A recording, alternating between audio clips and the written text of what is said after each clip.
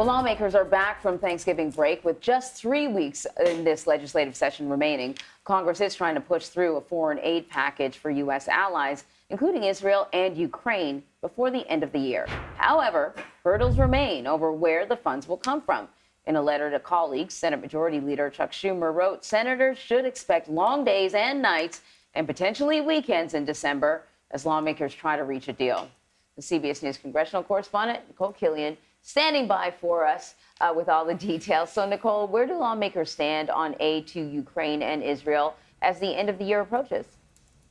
Well, Leader Schumer has made clear that he wants to hold a vote on a potential supplemental package as soon as the week of December 4th, which is next week. Now, whether or not that comes to pass remains to be seen, because as he also noted in that Dear Colleagues letter, there have been these discussions over the issue of border security. That is something many congressional Republicans feel that aid in particular to Ukraine should be conditioned on stronger provisions at the border. So there have been some bipartisan discussions along those lines in the Senate. They haven't been going that well, so unclear what that may mean for a broader package. But as you know, the president and the White House laid out this over $100 billion package where they would bundle Israel, Ukraine, the border, the Indo-Pacific, and other foreign priorities. And that is what Leader Schumer hopes to start moving again as soon as next week. Let's talk about George Santos. Nikole, as you know, he has said that he expects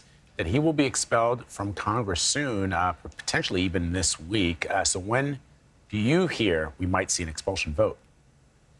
Well, keep in mind that an expulsion resolution has already been filed. It was actually filed by the chair of the Ethics Committee, Congressman Guest, right after lawmakers broke for the Thanksgiving recess. And so what's important to note is that this was just a resolution, but it needs to be a privileged resolution in order for lawmakers to expedite an expulsion vote. And it's possible we could see that trigger pulled this week, because it just takes a member to call for it to be a privileged resolution, and then that starts a 2-day clock in which the House has to vote on this kind of measure. It already seems that Congressman George Santos may see the writing on the wall. He was engaged in a Twitter Spaces discussion for the better part of some 3 hours over the holiday weekend. Really more was a rant of sorts where he did say that he expects potentially to be expelled. That is also something that he has told me as well, is that he is prepared to be expelled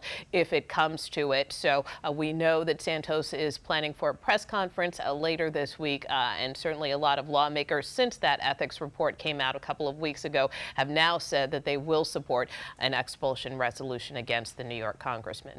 All right, let's talk about the Republican-led House impeachment inquiry into President Biden. Oh, is that still going on? What's the latest on that? Well, you know, it remains to be seen with that as well, because House Republicans had suggested that they were kind of coming to the end of their inquiry, that things would be winding down. But what we saw, again, right before the holiday, is that the White House really slapped down some of the latest requests from the various chairs of the impeachment inquiry, and really slapped down their request, for instance, to speak with members of the Biden family and, you know, other members of the administration. So, you know, things appear to kind of be on ice from that standpoint. We'll have to see how the committees respond, if they try again to try to subpoena witnesses, what next steps they may take to try to advance this inquiry. But certainly one of many issues that Congress is dealing with as we run up to the end of the year here.